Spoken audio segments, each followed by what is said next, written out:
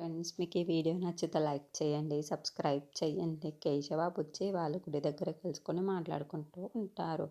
అక్కడికి రమ్య చాలా కోపంగా వచ్చి బుజ్జి అని పిలుస్తూ ఉంటుంది. ఆ మాటలు వినగానే అక్కడున్న బుజ్జి చాలా భయపడిపోయి వాళ్ళ నాన్న వెనకాలకు వెళ్ళిపోతూ ఉంటాడు.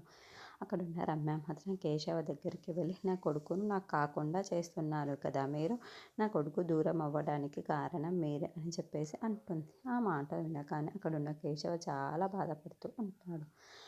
అక్కడున్న రమ్య మాత్రం, మీరు అవమానపడిందే కాక ఇప్పుడు నా కొడుకు కూడా ఈ జనాలతో అవమానపడుతున్నాడు. మీరు చేసిన తప్పుకి మమ్మల్ని అవమానిస్తున్నారు, నా కొడుకుని నిందిస్తున్నారు అని చెప్పేసి కేశవను చూసి మాట్లాడుతూ ఉంటుంది.